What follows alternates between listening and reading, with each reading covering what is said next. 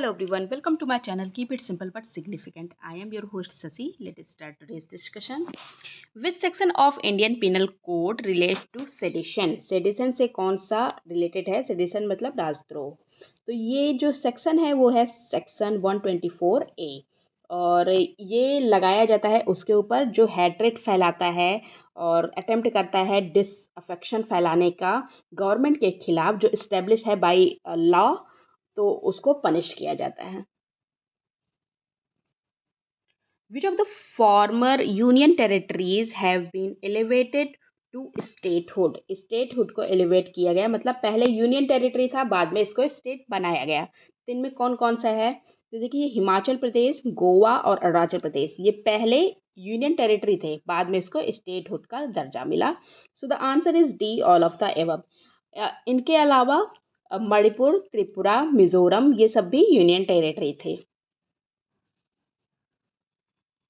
Which of the following does not form the main jurisdiction of High Court? High Court का jurisdiction नहीं है main, तो ये है आपका advisory jurisdiction. Answer is D. Advisory jurisdiction के बारे में हमारे कॉन्स्टिट्यूशन के आर्टिकल 143 में दिया गया है और 143 में बताया गया है कि ये जो एडवाइजरी jurisdiction होता है वो सुप्रीम कोर्ट के पास होता है. इसका जो प्रावधान है, हाई कोर्ट के पास ऐसा कोई jurisdiction नहीं है. Which of the following statement are correct about the purpose of public interest litigation? Public interest litigation के लिए correct purpose पूछ रहा है, कौन सा है? तो it allows meaningful realization of the fundamental rights. Yes, ये बिल्कुल ठीक है. It is a vindication of the rule of law. ये भी बिल्कुल ठीक है. It facilitate effective access to justice. ये भी बिल्कुल ठीक है. सारे के सारे correct हैं. So the answer is D, all of the above.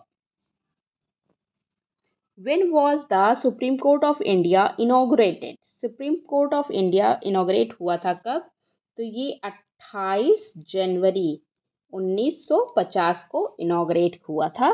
Okay, it succeeded the federal court of India जो इस्टेब्लिश हुआ था गवर्नमेंट ऑफ इंडिया एक्ट 1935 के तहत. ओके.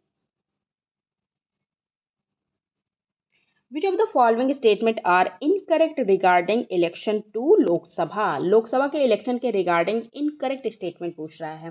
तो देखते हैं. The electoral rolls are prepared under the direction and control of president. President नहीं होता, ये होता है इलेक्शन कमीशन ऑफ इंडिया. तो ये स्टेटमेंट आपका इनकरेक्ट हो गया. इनकरेक्ट पूछ रहा है, यही आंसर ए हो गया. बाकी देख लेते हैं. The election are on the basis of adult suffrage. Adult suffrage मतलब 18 के ऊपर के लोग वोट करेंगे. On the request of election commission the president is required to make available such staff as necessary for discharge of function. तो recommendation हो दी जाती है इलेक्शन कमीशन ऑफ इंडिया के द्वारा और प्रेसिडेंट स्टाफ का मतलब निर्माण करता है. तो ये स्टेटमेंट भी सही है. The election commission conducts the election, ये भी ठीक है. इलेक्शन कमीशन कंडक्ट करता है. आंसर है A. Which of the following article promotes the formation of village panchayat? Village panchayat के फॉर्मेशन को प्रमोट करता है कौन सा आर्टिकल? तो ये आर्टिकल है आपका article 40. Answer is B. Article 40 आपके आता है DPSP में, that is director principles of state policy के अंतर्गत. Okay. The demand for Constituent Assembly was accepted in which proposal of the British government? Constituent Assembly का जो डिमांड था उसको एक्सेप्ट कर लिया गया ब्रिटिश गवर्नमेंट के किस प्रपोजल के तहत? तो ये था August offer. Answer is B. Okay. The demand for the constituent assembly was officially demanded by the Indian National Congress in 1935. Okay. और इसको फाइनली एक्सेप्ट किया गया इन अगस्त ऑफर जो कि आया था 1940 में. और इसमें ये प्रावधान किया गया कि वर्ल्ड वॉर सेकेंड के ख़त्म होने के बाद कॉन्स्टिट्यूएंट असेंबली का निर्माण किया जाएगा और जिसमें मेनली इंडियंस होंगे.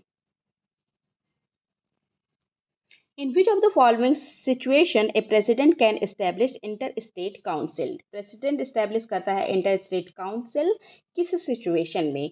तो ये सिचुएशन है when it appears to him or her that it would be serving in public interest. जब उनको लगता है कि ये पब्लिक इंटरेस्ट में है तो वो करते हैं ये। और ये हमारे कॉन्स्टिट्यूशन के आर्टिकल 263 में दिया गया है। Which among the following parts of constitution deals with municipalities?